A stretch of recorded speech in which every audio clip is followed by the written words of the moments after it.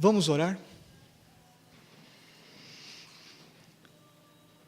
Pai, nós queremos exaltar e glorificar o Teu nome, porque Tu és o Criador e o benfeitor de todo esse grande universo, esse imenso universo. E cada vez mais nós, ao vermos os cientistas estudando, ficamos mais encantados com o tamanho do Teu poder, da Tua majestade, da Tua glória, da Tua inteligência. Como o Senhor é um projetista, um arquiteto fabuloso, extraordinário, muito, muito maior do que até nós podemos contemplar através das ciências naturais. Nós queremos glorificar o Teu nome pela Tua grande salvação em nossas vidas. Te agradecemos pela Tua graça maravilhosa. Te agradecemos, ó Deus, porque o Senhor um dia se revelou a cada um de nós que estamos aqui nesta noite. O Senhor falou com o nosso coração. O Senhor nos convenceu da verdade da Tua palavra. Muito obrigado pela vida do Teu Filho, Jesus Cristo, nosso Senhor e Salvador. Ele é tão belo, Ele é tão formoso. Eu quero Te pedir, ó Deus, que o Senhor revele cada vez mais a beleza de Cristo aos nossos corações. Que nós sejamos cada vez mais encantados pela vida do Senhor Jesus Cristo. Que nós sejamos cada vez mais empolgados com o Senhor. Que nós sejamos cada vez mais alegres na Tua presença, Senhor. Deus, nós queremos também confessar o nosso pecado. Queremos confessar, ó Deus, que nós não temos realmente tido aquele amor que nós deveríamos ter pelo Senhor. Nós queríamos ter mais paixão pelo Senhor. Nós queríamos ter mais fervor pelo Senhor.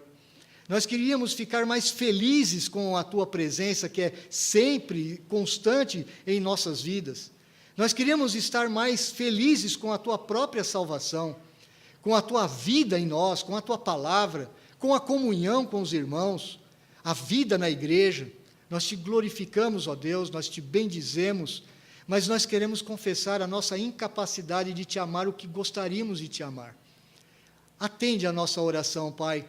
Eu quero pedir que o Senhor abençoe as famílias da Tua igreja, que o Senhor derrame do Teu Espírito de uma forma muito profunda, Pai, grandiosa na vida das famílias. Que o Senhor traga, Senhor Deus, a Tua bênção para as nossas casas, para os relacionamentos marido, esposa, para os relacionamentos pais e filhos. Que os nossos filhos sejam mais obedientes e que sejam mais reverentes aos seus pais. E que nós, pais, sejamos mais comprometidos em amar os nossos filhos e ensinar a Tua palavra.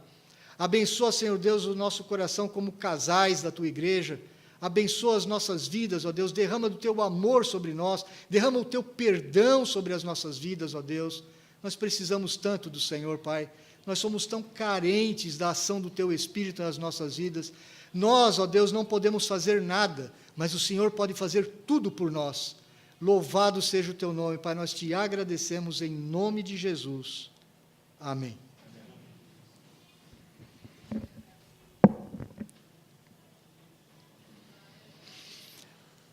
Por volta da década de 60, 1961 ou 62 aproximadamente, eu estava quase nascendo, um presidente norte-americano chamado John Fitzgerald Kennedy, o mais famoso presidente Kennedy, o único presidente norte-americano católico de toda a história dos Estados Unidos. Kennedy, quando assumiu a presidência, quando foi eleito, ele fez uma das declarações mais interessantes que o povo americano ouviu. Ele disse o seguinte: nós queremos que cada americano não fique perguntando o que ele pode receber do seu país, mas que cada americano se coloque à disposição do seu país. O que eu posso fazer pelo meu país? Esse foi um lema que ele usou durante todo o seu breve governo. Ele foi assassinado. Aliás, ele foi assassinado no ano que eu nasci. E realmente foi uma frase marcante, uma frase que, inclusive, já foi utilizada por outros presidentes norte-americanos, que sempre fazem esse desafio para o povo norte-americano. O que você pode fazer pelo seu país em vez em vez de perguntar o que o país pode fazer por você.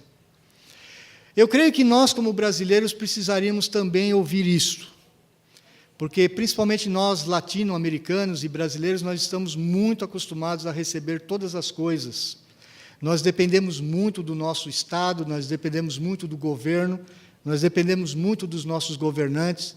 Nós deveríamos ter um pouco mais de autonomia, de perguntar realmente o que eu posso fazer por esse país, como que eu posso melhorar esse país, ao invés de a gente estar procurando sempre tantos direitos.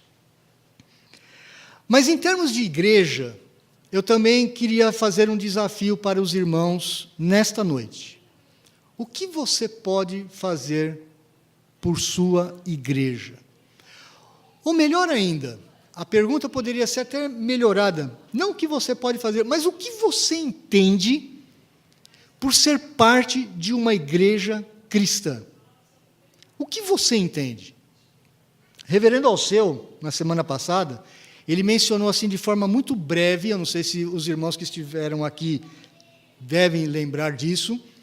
Nós vivemos num mundo hoje, que é um mundo chamado pós-moderno, um mundo pós-cristão, um mundo onde a história, como a gente conhecia até a década de 70 e 80, ela terminou, onde as pessoas elas estão cheias de si mesmas, elas estão cheias de direito, e até mesmo dentro das igrejas evangélicas isso é uma realidade.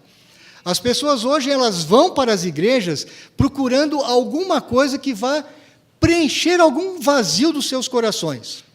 Elas vão à igreja para buscar alguma bênção para si mesmas. Elas vão à busca de um pastor que seja muito simpático, que seja muito carismático, que talvez faça até algumas piadas engraçadas, que entretenha o público, que sejam pregações não muito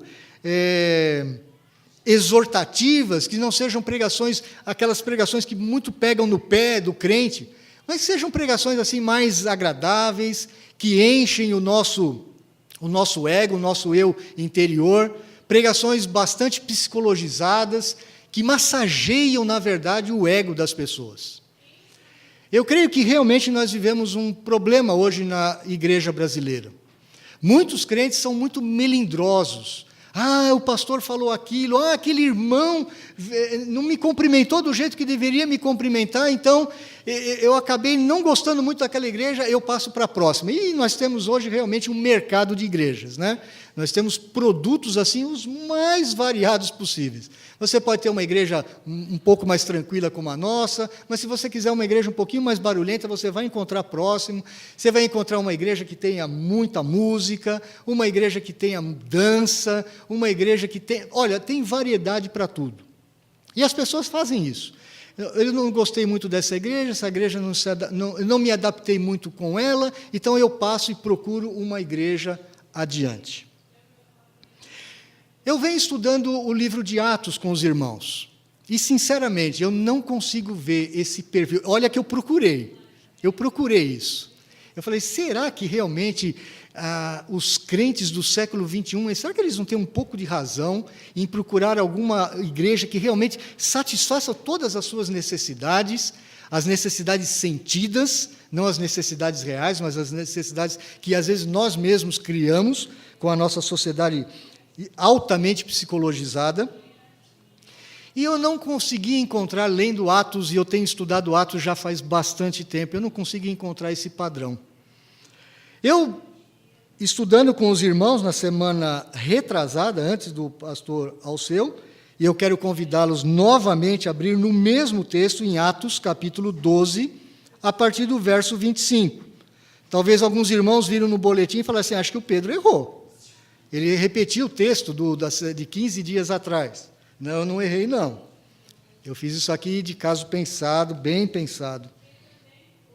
Porque eu creio que tem alguns aspectos do texto que nós já estudamos que devem ser realçados e alguns outros renovados. Atos, capítulo 12, a partir do verso 25, nós vamos ler até o capítulo 13, verso 12. Só para lembrar os irmãos, para aqueles que estão algum tempo sem vir à igreja, talvez já perderam o fio da meada onde nós estamos aqui na primeira grande viagem missionária. Nós estamos agora na igreja de Antioquia, de uma outra cidade que não mais na Judéia. Nós estamos fora da Palestina. Nós estamos agora na Síria. Embora ainda esteja próxima de Jerusalém, cerca de 500 quilômetros, para aquela época até que não era tão longe, nós não estamos mais no contexto judaico e nós não temos agora mais uma igreja judaica. Nós temos uma igreja mista. E diz o texto assim, a partir do capítulo 12, verso 25. Barnabé e Saulo, cumprida a sua missão, voltaram de Jerusalém. Eles haviam ido para Jerusalém para levar uma oferta em dinheiro, em donativos, para aquela igreja que passava por necessidades, levando também consigo a João, apelidado Marcos, que morava em Jerusalém, filho da Maria. Havia na igreja de Antioquia profetas e mestres: Barnabé, Simeão, por sobrenome Níger, Lúcio de Cirene, Manaém ou Menahem, Colasso de Herodes, o tetrarca, e Saulo. E servindo eles ao Senhor e jejuando, disse o Espírito Santo: separai-me agora, Barnabé e Saulo, para a obra a que os tenho chamado. Então, jejuando e orando e impondo sobre eles as mãos, os despediram. Enviados, pois, pelo Espírito Santo, desceram a Seleucia, que era uma cidade próxima de Antioquia, uma cidade portuária, e dali navegaram para Chipre, a grande ilha que ficava no meio do Mediterrâneo, ali próximo daquela região. Chegados a Salamina, que era uma outra cidade portuária na própria ilha de Chipre, anunciavam a palavra de Deus nas sinagogas judaicas. Havia uma grande comunidade judaica na ilha de Chipre. Tinham também João como auxiliar, João Marcos, um jovem ainda, um rapazinho, talvez de 18 a 20 anos no máximo. Havendo atravessado toda a ilha, até Pafos, eles fizeram um caminho pelo sul da ilha, eles atravessaram a ilha de um lado para outro, cerca de 96 quilômetros, não pelo meio da ilha, porque a ilha era montanhosa, mas pelo litoral sul. Eles chegaram até Pafos, que era a capital de Chipre, na época. E encontraram um certo judeu, um mágico, um falso profeta, de nome Bar-Jesus, ou filho de Josué, ou filho de salvação, o nome aramaico, o qual estava com o procônsul Sérgio Paulo, ou Quinto Sérgius Paulus, era o nome dele, que foi um senador romano. Depois, quando ele saiu de Chipre, os procônsules que ficavam em Chipre, eles ficavam cerca de um ano e pouco, e voltavam para Roma. Depois, quando ele volta para Roma, ele se torna senador. E ele estava então com o procônsul Sérgio Paulo, que era um homem inteligente, um homem instruído. Este, tendo chamado Barnabé e Saulo, diligenciava para ouvir a palavra de Deus. De alguma forma, aquele procônsul, aquele nobre romano, ele queria ouvir a palavra do Senhor, mas nós temos agora uma oposição. Mas opunha-se-lhes Elimas, o mágico, porque assim também se interpreta o seu nome, era um nome de origem aramaica ou até árabe, que significava realmente mágico, procurando afastar da fé o procônsul. Ele era um falso profeta, um judeu falso profeta. Todavia, verso 9, Saulo, também chamado Paulo, e a primeira vez agora que Lucas, no livro de Atos, dá o nome latino de Saulo, que é o nome hebraico, Paulo, cheio do Espírito Santo, fixando nele os olhos, disse: ó filho do diabo, cheio de todo o engano e de toda a malícia, inimigo de toda a justiça, não cessarás de perverter os retos caminhos do Senhor? Pois agora, eis aí está sobre ti a mão do Senhor, e ficarás cego, não vendo o sol por algum tempo. No mesmo instante, caiu sobre ele névoa e escuridade, e andando à roda procurava quem o guiasse pela mão. Então, o procônsul, vendo o que sucedera, creu maravilhado com a doutrina do Senhor. O que nós vimos na semana, há 15 dias atrás? Quem era essa igreja de Antioquia? Como que era essa igreja? Quais as características da igreja de Antioquia? Que o meu sonho, se aqui eu ficar ao longo do tempo, se o presbitério, a igreja de Vila Maria, conselhos e os irmãos, é claro, o quiserem, o meu sonho, não só para essa igreja, mas para qualquer igreja aonde eu vá, é que ela seja uma igreja muito parecida com a igreja de Antioquia. A igreja de Antioquia, ela era uma igreja muito bem estabelecida. Por quê? Porque ela foi estabelecida pela igreja de Jerusalém. Veja que, logo no início, está dizendo que Barnabé e muitos irmãos saíram de Jerusalém e foram para Antioquia. Então, ela foi uma igreja bem estabelecida. E nós somos uma igreja bem estabelecida. A igreja de Vila Maria, onde eu passei durante 37 anos, ela é uma igreja séria, uma igreja bem estabelecida, é uma igreja também que estabeleceu muito bem essa igreja. E eu também conheci a maioria, se não todos os irmãos que passaram por essa igreja, desde o Edgar, desde o reverendo Eliseu e outros tantos que passaram por aqui, e sei que todos eles foram homens muito sérios, muito crentes, reverendo Alberto, um amigo de coração, e eu sei que essa igreja foi muito bem estabelecida, é uma igreja bem forte, é uma igreja bem séria, é uma igreja de muitos dons e muitos talentos.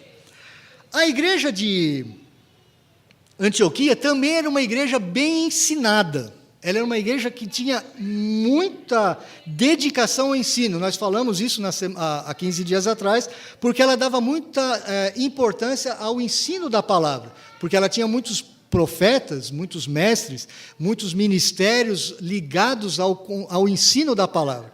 Eu sei que a igreja do Jardim Fortaleza também foi uma igreja muito bem ensinada, embora a gente sabe que a igreja vão chegando pessoas novas e o ensino precisa continuar sendo um aspecto forte na nossa igreja. A igreja de Antioquia também era uma igreja bastante integrada. O que eu quero dizer com isso?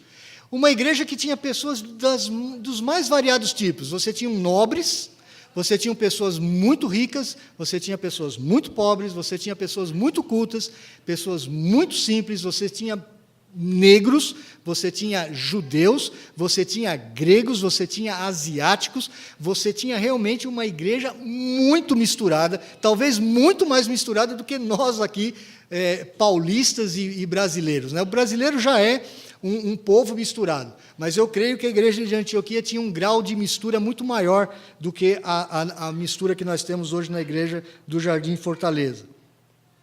A igreja de Antioquia também era uma igreja ativa, era uma igreja que estava em constante adoração, jejum e oração.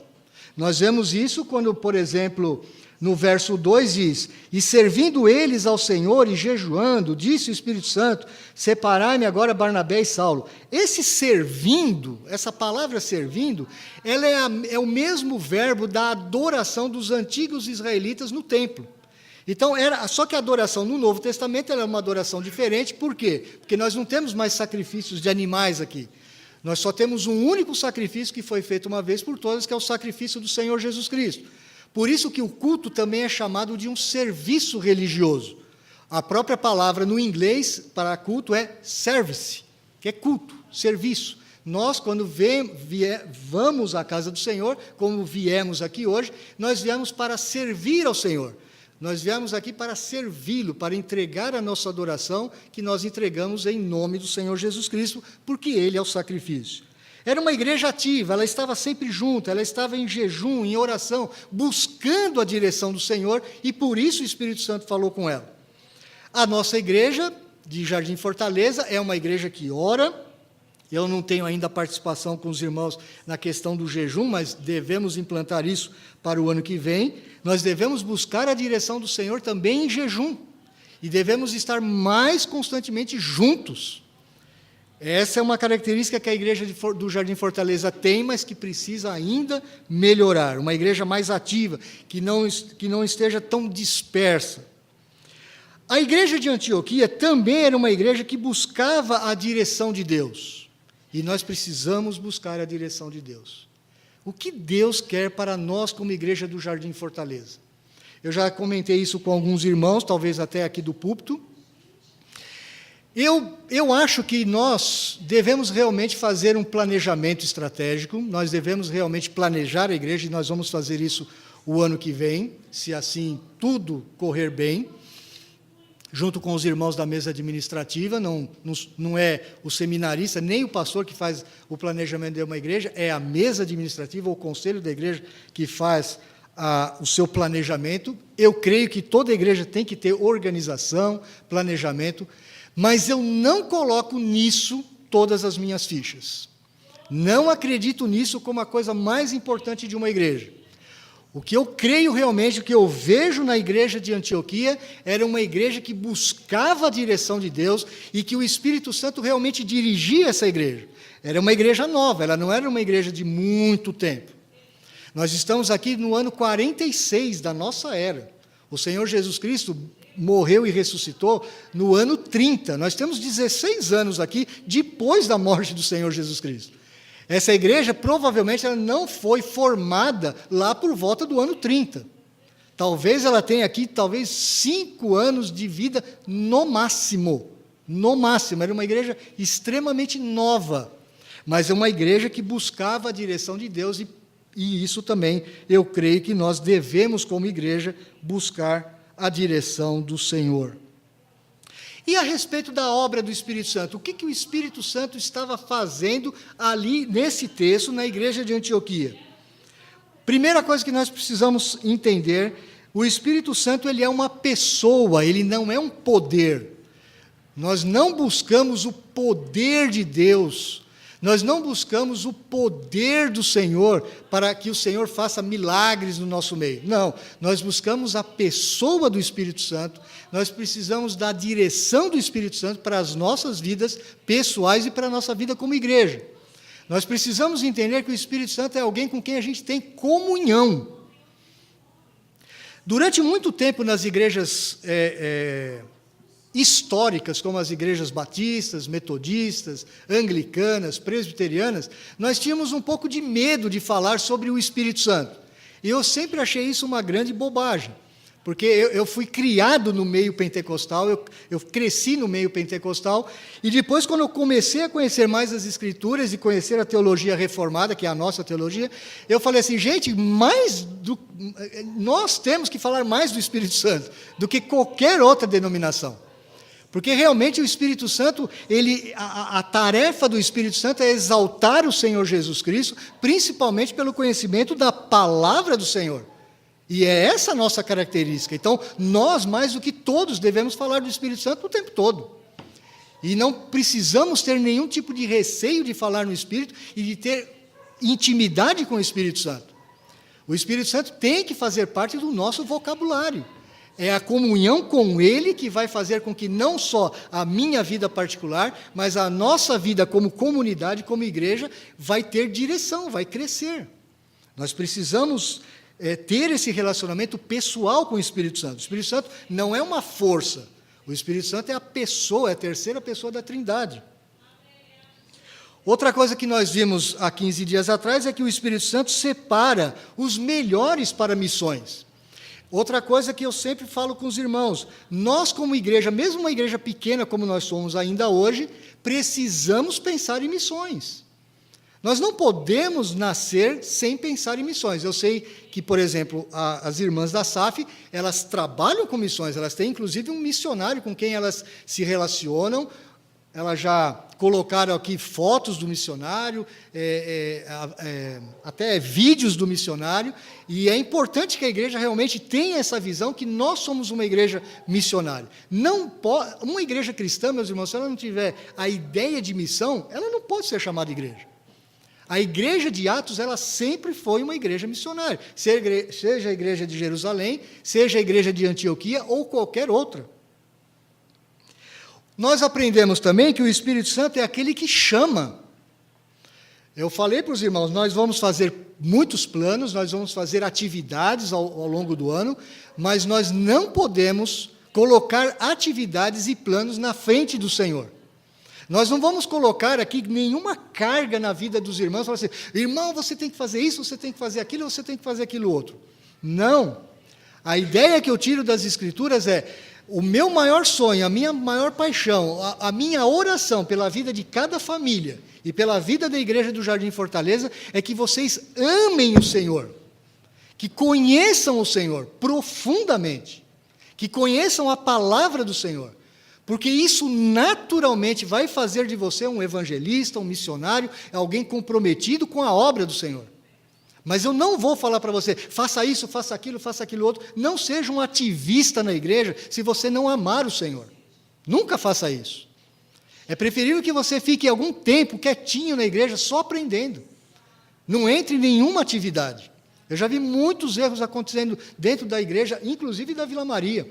Pessoas recém-convertidas que eram pegas assim pelo laço e já eram colocadas na classe das crianças para dar aula para crianças. Não. O recém-convertido ele tem que aprender Bíblia aqui no banco da igreja. Ele tem que frequentar a escola dominical. Ele tem que estar nos grupos familiares, ele tem que participar de discipulados, de pequenos grupos. Ele tem que participar do culto de quarta-feira, onde nós temos a nossa reunião de oração dirigida pelo irmão Samuel. É essa ideia que o livro de Atos, que as Escrituras nos ensinam, que o Espírito Santo é aquele que chama. Não somos nós que definimos pessoas. Não somos nós que devemos definir, você faz isso, você faz aquilo, você tem que sair amanhã evangelizando de qualquer forma. Não é assim que funciona. É o Espírito Santo que faz essa obra. É o Espírito Santo que move o meu coração. Se o Espírito Santo não criar paixão, amor no seu coração, meu irmão, não faça nada. Aguarde o Espírito Santo colocar amor no seu coração. Porque como é que você vai evangelizar pessoas aí? Como é que você vai ser um missionário? Como é que você vai dirigir um grupo de estudo bíblico se você não ama o Senhor? Se você não tem pelo menos paixão pelo Senhor?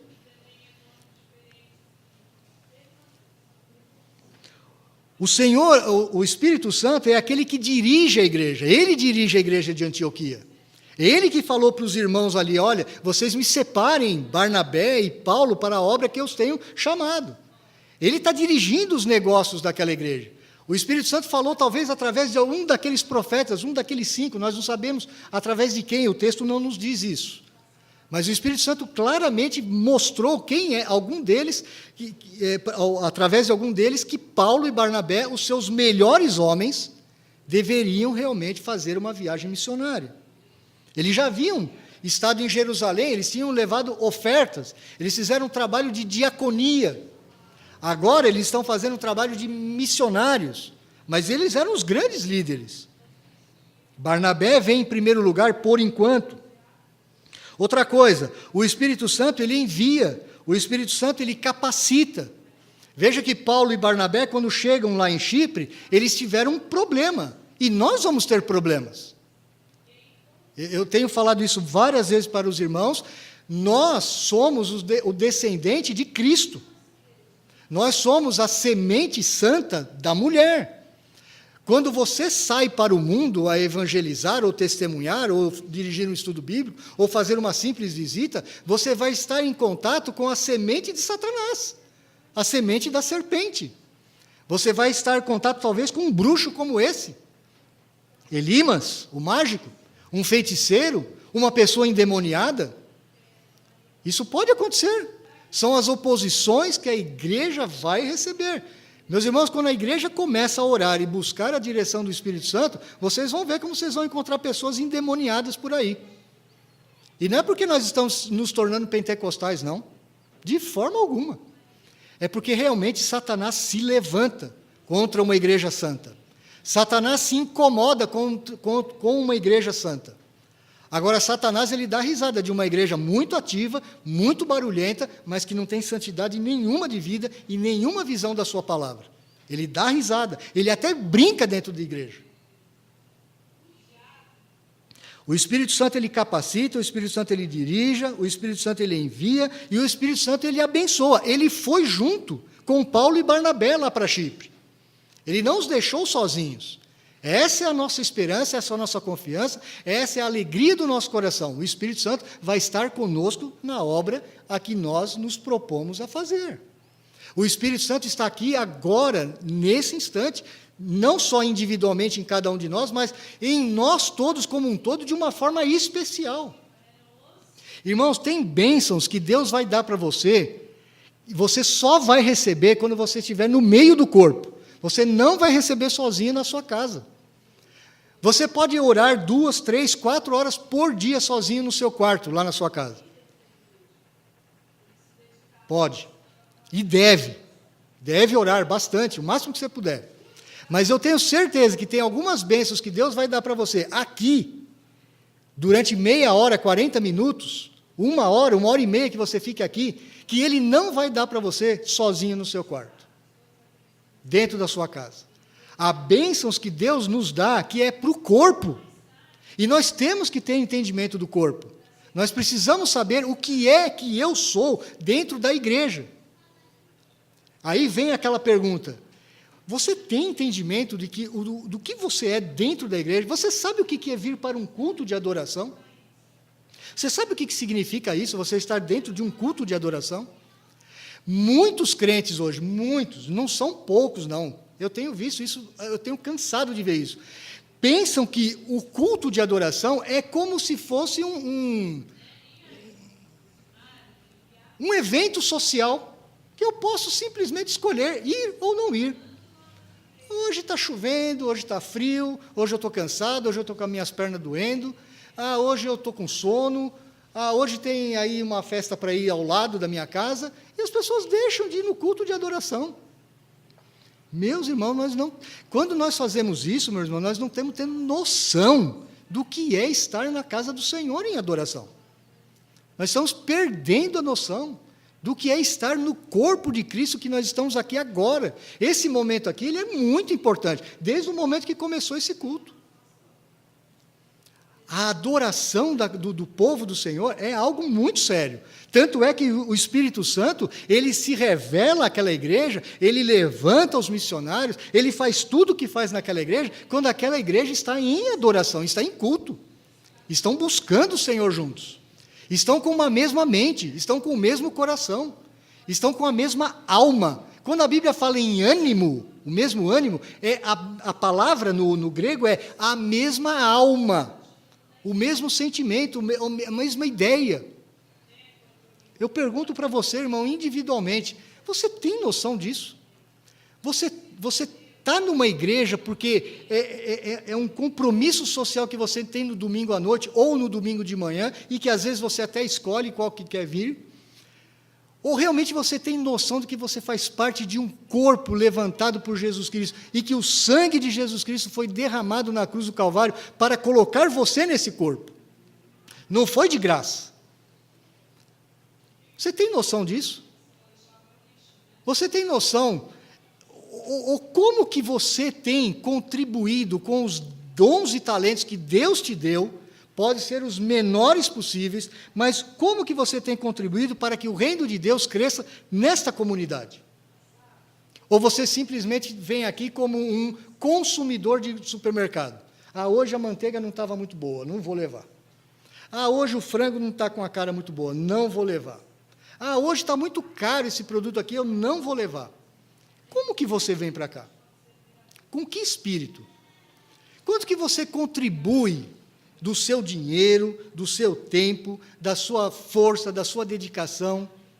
Nós cantamos o segundo cântico aqui, os 3 cânticos foram maravilhosos, mas o segundo cântico ele é muito sério que nós cantamos aqui, muito sério. Será que realmente nós estamos prontos a entregar todo o nosso ser ao Senhor? Ele realmente é o nosso maior valor? Será que realmente nós temos consciência disso? Ou será que nós encaramos as reuniões de culto da igreja como simplesmente um evento social que eu tenho a opção de faltar a hora que eu bem entender? Eu sei, meus irmãos, eu sei que muitos irmãos aqui têm compromissos justamente na hora de culto. Tem irmãos que têm compromisso na hora da escola dominical, de trabalho, porque chegou cansado, com dor de cabeça. Eu creio nisso. Irmãos, eu não estou aqui todo domingo, de manhã e de noite, porque eu sou seminarista da igreja do Jardim Fortaleza. Eu, quando era crente, durante os meus 37 anos, eu era assim o tempo todo. E vou dizer mais, quando eu era jovem, eu ia na igreja quarta-feira, quinta-feira, no sábado, no domingo de manhã, no domingo à noite, e eu ainda reclamava que a igreja tinha pouca reunião. Eu falava, pô, já essa mocidade está meio devagar, eles fazem reunião 2 vezes por mês só. Eu queria todo sábado.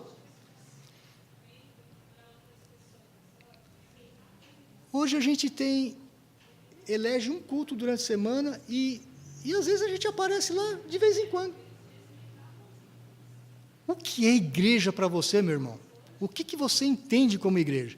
Nós estamos no capítulo 13 de Atos. Ainda faltam 15. Você está entendendo o que é uma igreja? O que é fazer parte do corpo do Senhor? Eu não estou falando para você que eu sei dos seus problemas, eu sei que você ficou doente, quebrou a perna, eu sei que você teve que trabalhar até tarde, eu não estou falando de você. Eu estou falando daqueles irmãos que simplesmente têm o culto como um evento. Ah, hoje eu não estou bem, hoje eu não vou. Você é importante. No corpo, você é importante. Agora, mais importante do que você é o Deus a quem você serve. É o Deus que pode te abençoar, é o Deus que pode transformar a sua vida. É o Deus que fala através da sua palavra. Ele é importante. E nós viemos aqui por causa dele. Cada irmão aqui tem o seu valor, tem a sua importância. Mas a pessoa mais importante aqui é o Senhor Jesus Cristo. Se ele não estiver aqui, é bobagem a gente estar aqui. Que obra é essa do Espírito Santo? Qual foi a obra que o Espírito Santo fez na igreja de Antioquia? Primeiro, houve uma grande oportunidade de evangelismo, de missões, tanto é que eles chegaram a evangelizar o procônsul. Procônsul não era pouca coisa, não. A ilha de Chipre era uma ilha importante na época. Era uma ilha que tinha minas de cobre, que tinha um comércio fortíssimo, tanto é que ela tinha uma comunidade grega. A ilha de Chipre foi fundada pelos gregos, depois agora ela estava sendo dominada pelos romanos, e tinha uma comunidade judaica imensa. Você não tinha só uma sinagoga em Chipre, você tinha várias sinagogas, porque era uma cidade rica, tão rica que o imperador romano mandava um procônsul, um governador lá, para que cuidasse da ilha. Era um homem importante, tanto é que dizem alguns historiadores que esse Sérgio Paulo, ele foi depois um senador em Roma. Ele foi talvez um daqueles que propagaram o evangelho lá em Roma, na capital. Eles sofreram oposição ali? Sofreram. A oposição daquele falso profeta. Foi uma luta espiritual ali? Foi uma luta espiritual, mas o Espírito Santo ele faz isso o tempo todo. Agora, irmãos, se nós que temos o tesouro do Evangelho nas nossas mãos, se nós não compartilharmos esse tesouro, quem é que vai compartilhar? Você acha que é o partido A, B, C, D ou E que nós temos aí? Você está com esperança de algum político? Se nós temos o tesouro do Evangelho nas mãos, como que nós vamos deixar isso de lado? E, meus irmãos, evangelizar é a coisa mais simples do mundo. Não precisa de muita estratégia, não.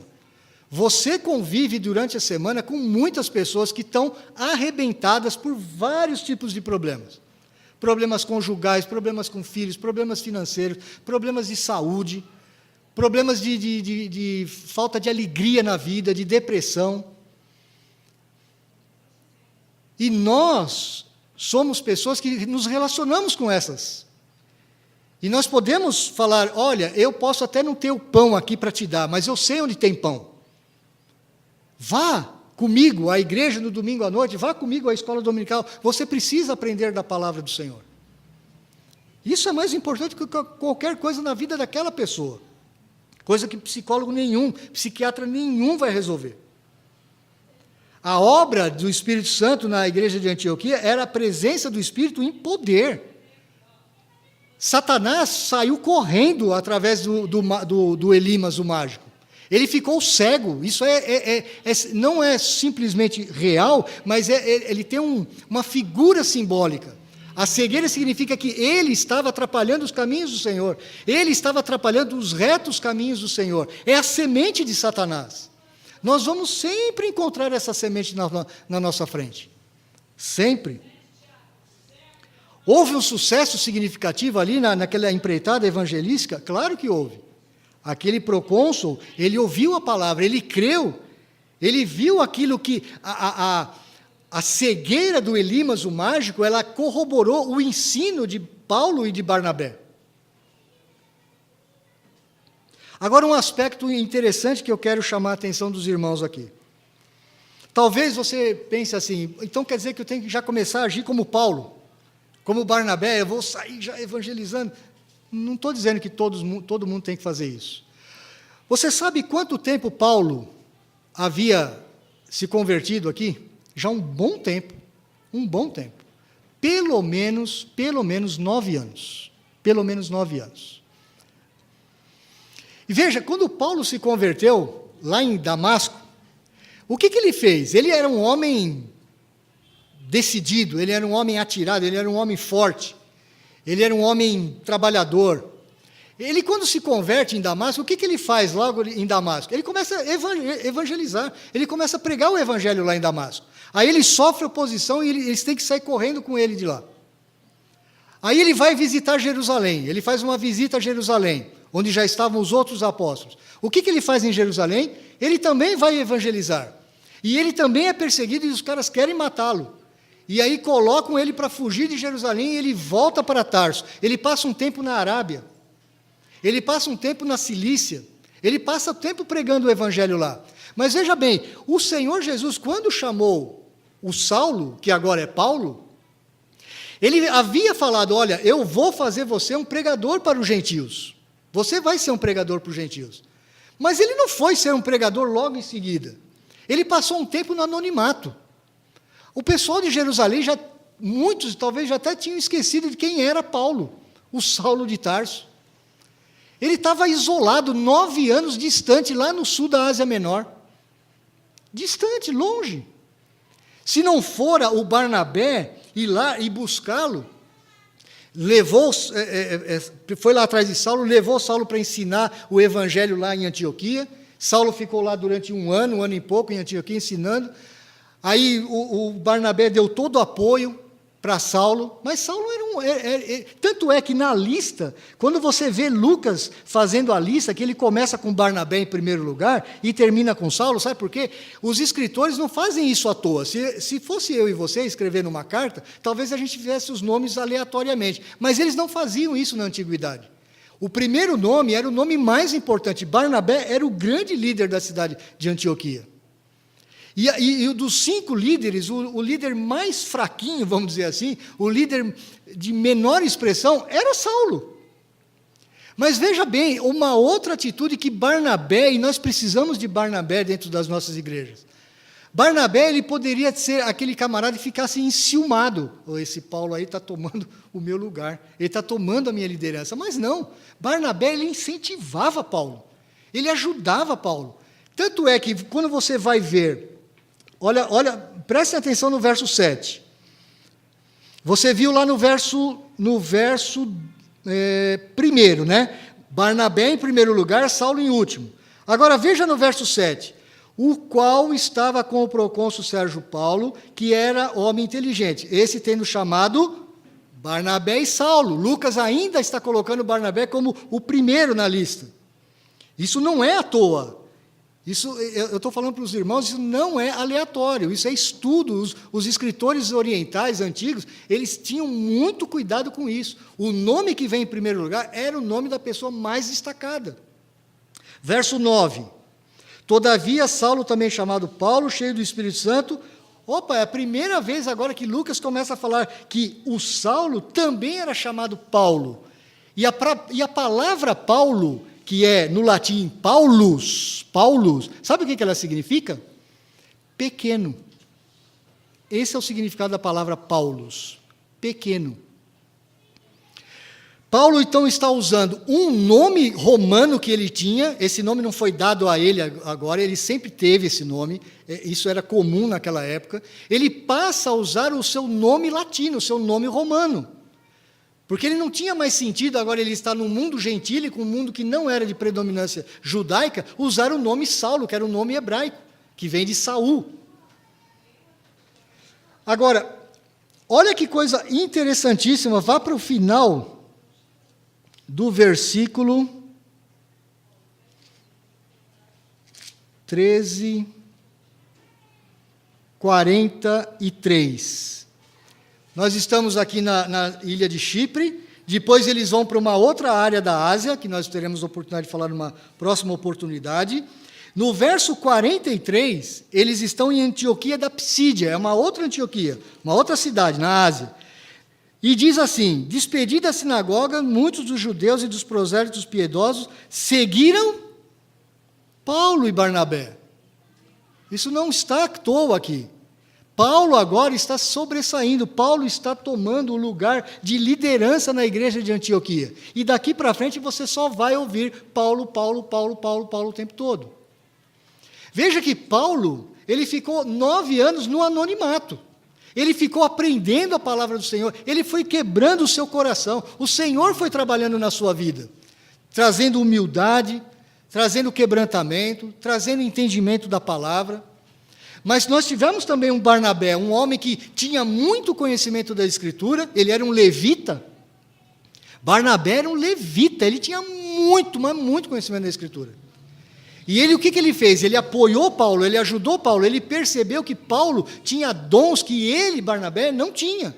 Barnabé talvez fosse um grande mestre, um grande professor de escola dominical, mas Barnabé talvez não fosse um grande pregador do Evangelho. Mas Barnabé era o grande líder da igreja. O que ele faz? Ele incentiva o Paulo de Tarso. E o Paulo passa a ser o grande líder da igreja.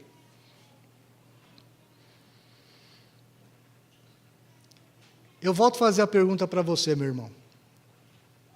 O que você entende como ser membro de uma igreja cristã? O que você entende como igreja? Veja que essa igreja tem características que vão marcar toda a igreja de Atos e toda a igreja neotestamentária. Nós temos que tomar muito cuidado aqui, nós não podemos, num livro histórico, como é o caso do livro de Atos, você não pode pegar um evento daquela época e trazer para o dia de hoje e levar uma doutrina. Você não pode fazer um transporte de doutrina. Você não pode fazer isso. Isso é um livro histórico. Ele não está tratando de doutrinas aqui, mas ele fala de princípios da igreja. Ele mostra como é que é essa igreja. A própria forma como Lucas descreve o que está acontecendo em Antioquia, ele está mostrando, não, porque veja bem, Lucas está escrevendo isso aqui por volta do ano 68, 66, ou seja, quase 20 anos depois do que está realmente acontecendo aqui. Ele está escrevendo tudo isso por uma igreja que ele sabia que ia passar por grandes lutas 4, 5, 6 anos depois. Lucas está mostrando como que uma igreja cristã realmente vive, como que é o ser igreja. E eu acho que essa é uma mensagem que a igreja do Jardim Fortaleza precisa ter no seu coração. O que é nós sermos uma igreja? Como que Deus, e para que Deus tem nos chamado nesse local? Quando nós temos uma reunião de pequenos grupos, quando nós temos uma reunião de quarta-feira, de oração, o que você pensa? O que você imagina? Eu já fui no domingo à noite, eu não preciso ir na quarta-feira, ou a reunião na casa daquele irmão lá, mas hoje tem uma novela, hoje tem um jogo, hoje tem um cinema.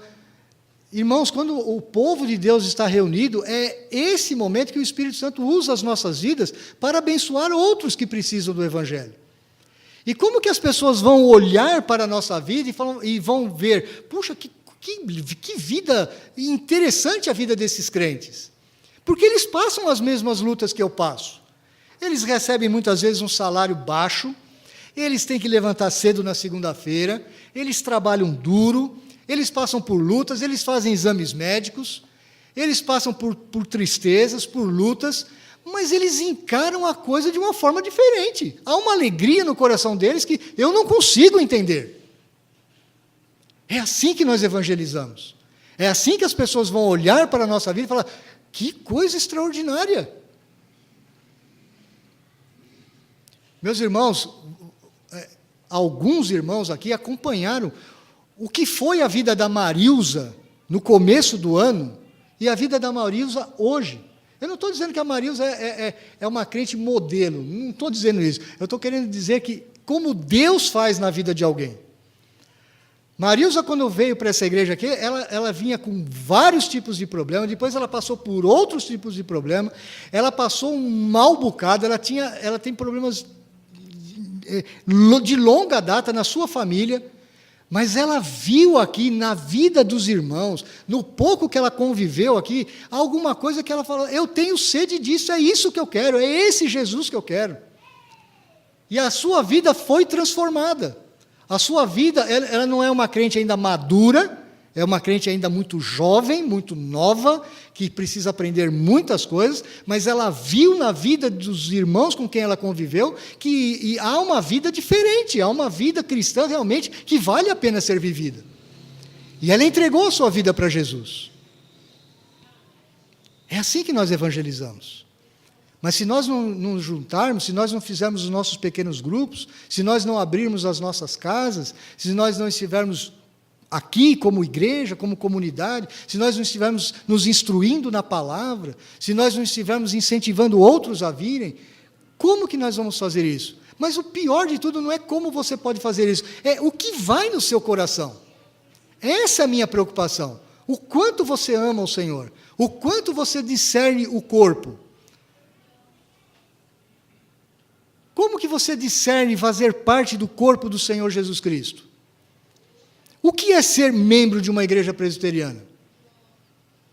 Eu creio, meus irmãos, você pode viajar por esse Brasil todo, Luciene é muito mais experiente do que eu, sabe disso. Você pode encontrar igrejas presbiterianas ruins por aí. Pode encontrar, pode sim. Não estou defendendo que nenhuma igreja presbiteriana tem seus problemas. Mas, meus irmãos, para você ser membro de uma igreja presbiteriana, nós não estamos laçando gente na rua para trazer aqui para dentro, não. Nós queremos que você seja um crente consciente do que é ser presbiteriano. Queremos que você conheça a palavra de Deus, queremos que você conheça a doutrina do Evangelho, queremos que você conheça, inclusive, como funciona a igreja presbiteriana, que, inclusive, é a nossa próxima aula da classe de catecúmenos especial. Nós não queremos que você saia fazendo profissão de fé assim, à torta e direita, batizar à torta e direita. Não é esse o nosso objetivo. Nós queremos que você seja um crente maduro, um crente que saiba o que é ser membro de uma igreja. Mas e você, irmão, que já fez a sua profissão de fé, ou você que já foi batizado? Você está discernindo o corpo? Você está entendendo o que é ser crente? Eu volto a repetir isso para você. Alguns talvez estejam com uma interrogaçãozinha na mente, falando assim, isso é fácil para ele falar, porque ele é seminarista. Ele tem que estar aí todo domingo de manhã, todo domingo à noite. Vocês podem ir lá na Vila Maria, pergunte lá para os irmãos antigos da Vila Maria, se eu não era assim sempre. Eu sou seminarista agora, 3, 4 anos atrás. Eu não estou falando alguma coisa que eu não vivi. Ser crente, meu irmão, é muito sério. É muito sério. Eu não estou com sonhos de encher essa igreja aqui com 150 pessoas, oba-oba. De jeito nenhum. Pode ter meia dúzia, mas meia dúzia de gente crente. De gente que ama o Senhor, que ama a palavra, que ama a igreja. Meu irmão, não tem como você amar o Senhor se você não ama a igreja. Com todos os defeitos dela. Sabe por quê? Porque Ele ama a igreja. Ele ama profundamente essa igreja. Ele deu a vida dele por esta igreja. Você vai falar assim para mim, mas Pedro, lá naquela igreja tem gente hipócrita, tem gente mentirosa, tem gente que vive uma vida torta. É verdade, deve ter mesmo. Eu não estou afirmando isso, porque eu não conheço nem todo mundo aqui direito ainda. Mas provavelmente tenha. E é por essa igreja que Jesus morreu, e por essa igreja que Ele está santificando. É essa igreja que Ele está transformando. Você vai ser mais um hipócrita a vir aqui para ser transformado pela palavra do Senhor. Nós não somos um grupo de pessoas santarronas, perfeitas. A começar de mim. Eu sou um grande pecador salvo pela graça do Senhor. Preciso do Senhor Jesus Cristo. Mas eu sei de todo o meu coração, não há salvação em nenhum outro. Não há. Não há alegria maior do que a alegria do Senhor Jesus Cristo. Não há alegria maior do que ter esses momentos que nós tivemos aqui de adoração, de louvor, de comunhão com a palavra. Não há melhor lugar do mundo. Não há melhor. Meu irmão, o que você pode dar para a igreja do Jardim Fortaleza? Você pode dar o seu coração para ela, para o próprio Senhor Jesus Cristo? Você ama o Senhor de todo o seu coração? Vamos orar.